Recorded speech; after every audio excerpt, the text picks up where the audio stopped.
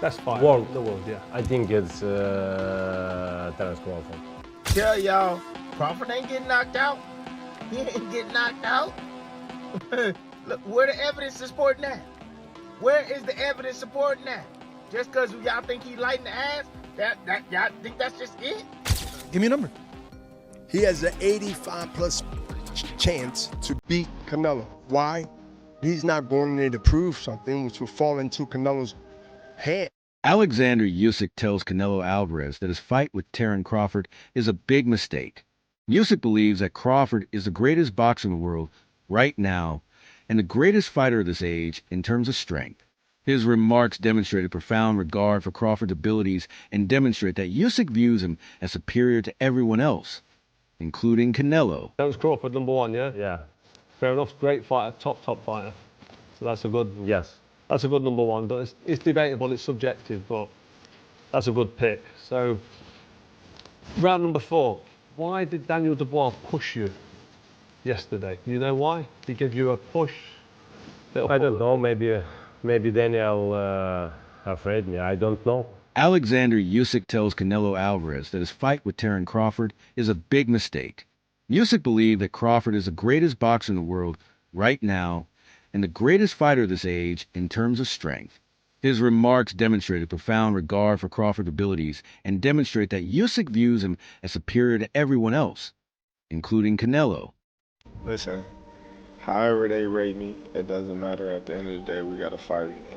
I'm going to win the fight. It's simple as that.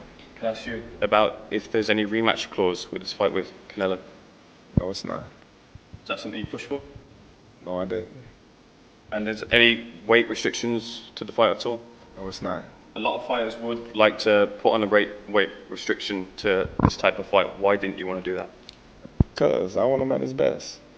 I don't want no excuses. I don't want no, reasons why, he didn't feel good or anything. I want him at his best. Canelo Alvarez has received a straight warning from Crawford's coach, who has emphasized that his fighter's ambition cannot be ignored. He asserts that there is no going back once Crawford sets his sights on a goal. Throughout his career, he has continuously taken on projects that others said were impossible, demonstrating this quality. Another manifestation of this mindset is confronting Canelo. The coach emphasizes that Crawford's tenacity stems from both mental toughness and discipline in addition to physical training. He works tirelessly, and the secret to his success has been his persistent focus. The one thing about Crawford is he got guts. Them bums ain't have no guts. Them bums didn't want to win. Crawford want to win. That's it. It ain't about no belt. It ain't about nothing. You didn't sign the contract. We want to win, and he want to be the best, and he is the best. So that's what's going to be the difference. Crawford got guts. He got a fighting spirit. So when you see Crawford, he going to go in there and get busy with Canelo. Don't you even doubt that. You understand? You ain't never seen Crawford stay on the back foot in no fight in his life. You understand? He the type of guy to go get you. So expect him to go get him. We going to do everything we can to him. We going to do whatever we got to do. But one thing you can expect is Crawford is going to step to him. Because you can't beat Canelo going on the back foot forever. You got to go get him. You got to do something. And he better know Crawford is... Jarrell Miller's observation of Crawford's hunger deepens the conversation. In boxing, hunger frequently triumphs over skill and experience because it pushes a boxer to reach new heights. According to Miller, Canelo is a champion who has already attained fame and fortune. This disparity in motive may help Crawford win the battle. Even though he is still aiming for a historic legacy, hunger promotes longer preparation times, more intense exercise, and more acute focus under duress. Who do you think's going to win that? I'm pulling for Crawford in this one. I think people was underestimating his strength right now and his size. And I think he's a little more hungry than Canelo. So let's see though. But I like both guys, but I'm a little closer to Crawford, so I want to see Crawford can take it. And lastly, quick mention on IBA Pro. Interesting concept that people records on the line. So I know in boxing, people don't like risking their own and things. Do you feel like this is a step forward? So this could become a major player in boxing? I think it definitely can. I mean, any opportunity to make some money and build your repertoire and your arsenal. By reminding supporters that Canelo has struggled even against less skilled opponents, Tim Bradley presents a strong case. He emphasizes how William Skull was able to irritate Canelo and force him to fight for a whole 12 rounds. Given that Crawford is now thought to be the finest pound-for-pound fighter in the world, it seems ludicrous that he would fail if Skull was able to accomplish that.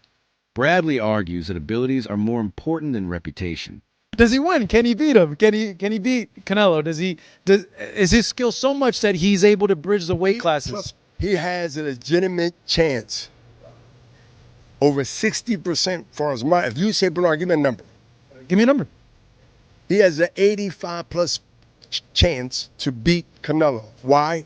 He's not going in there to prove something, which will fall into Canelo's hand. He would love for him to prove something. That means you will stay there and try to prove something. But to go in there and to let him know, establish that from the first round, that I belong without showing that I am tough. I earned my position to be here. And I want to show you, even though you're being stubborn, that your time not only have came, but it's gone. He ain't going to surrender and say, I slowed up, so I'm going to act like it. No, he has to be shown. And it has to be early. By reminding supporters that Canelo has struggled even against less skilled opponents, Tim Bradley presents a strong case. He emphasizes how William Skull was able to irritate Canelo and force him to fight for a whole 12 rounds. Given that Crawford is now thought to be the finest pound-for-pound fighter in the world, it seems ludicrous that he would fail if Skull was able to accomplish that. Bradley argues that abilities are more important than reputation. If Skull, right, can hold Canelo to 152 punches thrown in an entire 12-round fight, 152 punches. You don't think Crawford can? You don't think Crawford can? You don't think Crawford can go the distance with Canelo Alvarez? If Skull, William Skull, can go 12 rounds with him and keep him at an all-time low, 152 punches a round? Oh my goodness. If Charlo, 154 pounds, can go up to 168 pounds. Respect Charlo's skills, but he ain't got Crawford's skills. If he can go 12 rounds with Canelo Alvarez, you don't think Crawford can go 12 rounds with him? You don't think Crawford can go 12 rounds with him? The most skillful fighter on planet Earth? Oh, damn, let me go even further. If Jaime Munguia, you could throw a penny in the ring, it's going to hit him. You could throw a dime in the ring, it's going to hit him. You could throw a feather in the damn ring, it's going to hit him. It's going to hit him. If he can go 12 rounds with Canelo Alvarez, you don't think Crawford can go 12 rounds with Canelo Alvarez? Damn, I got another one. I got another one.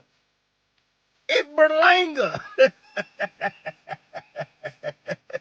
if Berlanga can go. The whole controversy surrounding Canelo sparring with Jiren Andis is dismissed by Dowd Bey. He claims that this is not out of the ordinary and that Canelo won't have any advantages over Crawford. Partners for sparring come and go, but it's execution under the lights that wins battles. He clarifies that the matter is being overhyped and that Ennis's family has ties to Canelo. In actuality, the matchup is unaffected by this sparring session. Crawford has a distinct skill set that no sparring partner can match. Who's going off to spar Canelo ahead of Terence Crawford?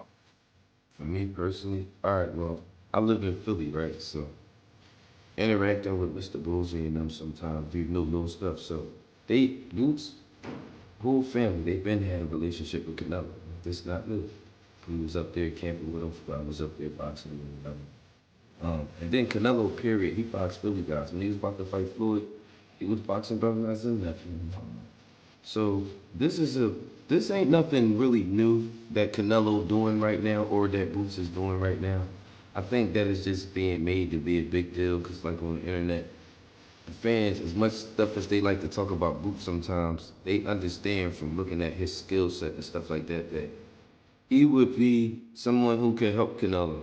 Like, you know what I mean, in a situation like this, if you're the kind of person that look at sparring and consider it to be a help, which it can be, especially, you know, Boots being a switcher, being a boxer, puncher, the athleticism he has, footwork he has.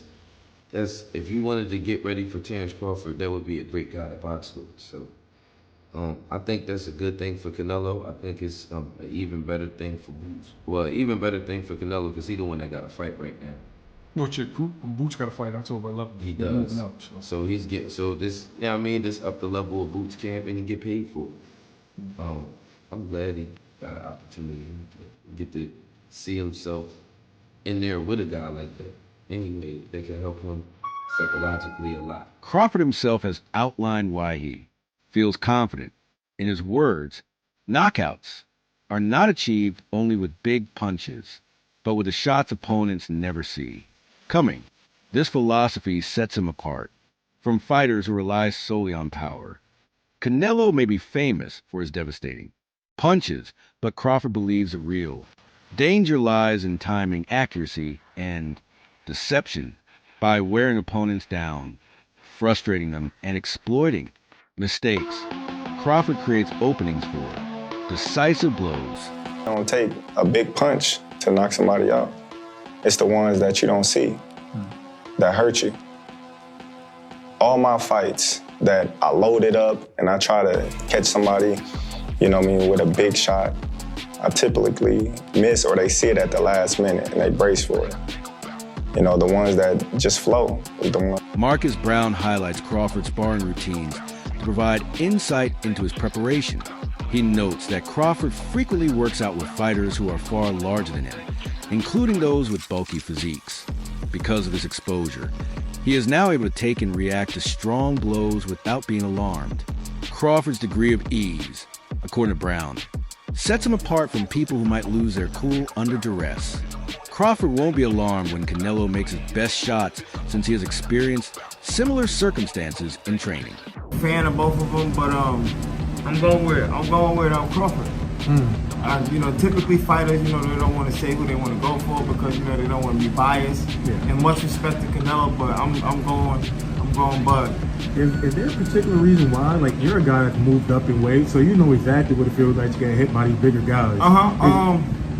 Is that something that's going to play in the back of his head? Like, of course, gotta watch out. It is, but it's not. Because at the end of the day, it's not like he just got in there with somebody bigger than him. He's always probably been sparring with bigger guys. You know what I'm saying? Mm-hmm. It's that boxing IQ, which, you know, William Skull didn't put up no fight, but he showed somewhat of a blueprint to get this guy, you know, in a space where he's confused. Yeah. And he can't touch the target that's in front of him. Yeah. You know what I'm saying? And I just think Bud got that IQ. Andy Lee emphasizes the fight's overall significance. In his closing remarks, he disputes the notion that Crawford is too little and emphasizes the changes to Crawford's body.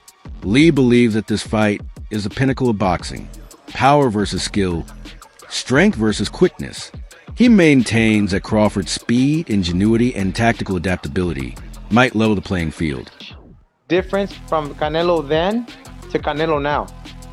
Other than the way they're maneuvering their fights, he secures some amazing fights, very smart with the matchups, right? He'll go find somebody of this weight class that is, yes, he's undefeated, yes, he's got this and that, but they fought nobody.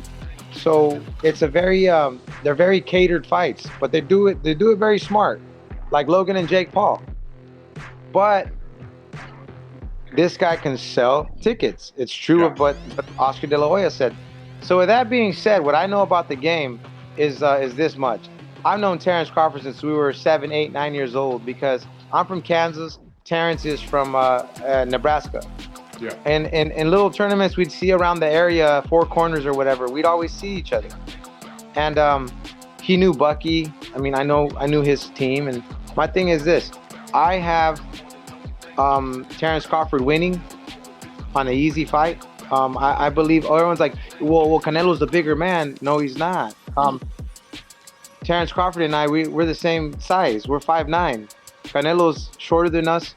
We're bigger than he is, chest-wise. I think really where Canelo's probably bigger than us is his legs. He's got thicker legs. Other than that, we're very athletic. We can box. We can bang.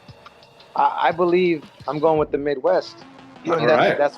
my brother Terence Crawford. Victor Ortiz considers this matchup to be a sporting masterpiece. He highlights its commercial attractiveness and points out that it will bring in a significant amount of money via pay-per-view. Beyond the commercial aspect, however, Ortiz believes that Crawford will probably prevail. He dismisses Canelo's alleged size advantage, claiming it is exaggerated and inconclusive. According to Ortiz, the goal of this fight is to determine who is more intelligent and skilled in the ring, not who is bigger. 69 point, let's just call it 170 pounds, which is huge, absolutely huge for a 154 pounder. Especially, it's just shocked me that he's come up from 135 and now he's still putting on that much weight. He's rehydrating that much at 154. And indeed, to bring us even closer to the modern day, the thing that was posted, and again, this is the second time we've seen this, is why I'm kind of thinking there's a bit of a theme here with Crawford posting his weight when he's not actually in full training camp. On February the 9th, 2025, he posted an Instagram story and he showed himself weighing 186 pounds on a gym scale. Now, that's so much bigger than I imagined Crawford would be. I never thought this guy would walk around 186 pounds, which for anyone who needs the conversion is just over 84 kilograms. And now look, it's not an unthinkable weight for someone, but for someone who has fought as low as Crawford has, who is generally as lean and as in shape as Crawford is, that's a lot of weight. Despite Crawford's brilliance, many warn that he is going into perilous terrain. Entering Canelo's weight class entails facing opponents who are inherently larger, stronger, and more resilient. At lower divisions, Crawford has excelled, but this is different. Canelo has demonstrated that he is capable of handling difficulties at this level by facing and defeating champions who are inherently larger and stronger. His physical strength and versatility are major advantages. Crawford's weight loss from 147 to 168 pounds is significant. Not many boxers try to make such a sharp leap, much less with the intention of gaining uncontested status in all three divisions. Crawford has approached the task with great preparation. Gaining weight hasn't been the only goal of his training. It involves changing his physique to function better while carrying a heavier load. His preparation has centered on conditioning, which guarantees he maintains a stamina and quick reflexes. Canelo's a friend now after our fight we had, and also Crawford had shared training camp with him as well. It's a good fight. Well, I'm not going to say too much. Okay. I'm going to save it till on the day of the fight. Okay. But look, it's going to be a mega fight. Honestly, it's hard to pick the winner. Yeah. But like I said, it's a close one. I know you said you don't want to say too much, but when people talk about Crawford boxing on the outside and using it to movement, almost making it boring in a sense, do you think he can do that with the added weight that gets put on and him boxing in that certain style that we haven't really seen him box like before? In terms of boxing on the outside and almost sort of that stick and movement type. Talking about Crawford, yeah? Crawford, yeah. Look, Crawford's going to probably do the same thing that he knows best, which is box, be smart, slow movements, small steps. So only small steps he's taking. So if he, I mean, look, and it's always worked for him. Every fight he's been in, and we thought that the fight with Spence was going to be hard, and he made it look so easy. Now, we've never really seen him in a hard fight where we've seen him in trouble. So maybe this could be the fight that puts him in that trouble to see what he's going to be like when he's under pressure. Yeah. You know what I mean? We've never seen either fighter under pressure, like a lot of pressure. Mm-hmm. I mean, you can't say. Maybe Golovkin for Canelo, I guess you could say. Exactly, yeah, Golovkin, yeah. But other than that, I don't class the Mayweather fight a hard fight because Mayweather just a runner, wasn't he? Yeah. But, I guess Bivol had the size. Bivol had the size advantage, but this one, I think Canelo has the size advantage. But then again, Amir Khan provides a thorough argument of Crawford's prospects. He commends Crawford for his ability to deliver accurate shots that gradually inflict harm, particularly to the body. His victory versus Errol Spence was largely due to these strategies, and Khan thinks they can. Like every good fight, no one really knows the skill and competitiveness and ring craft of Crawford, or you can say the same things about Canelo, but just he has that size. And but I see Crawford in New York when Hamza fought Berlanga, and he doesn't look too small anymore. He's filled out a lot. He looked quite big. It's a great fight. I think they're equally matched in skill. That's it for today's video. Stay tuned. Until next time,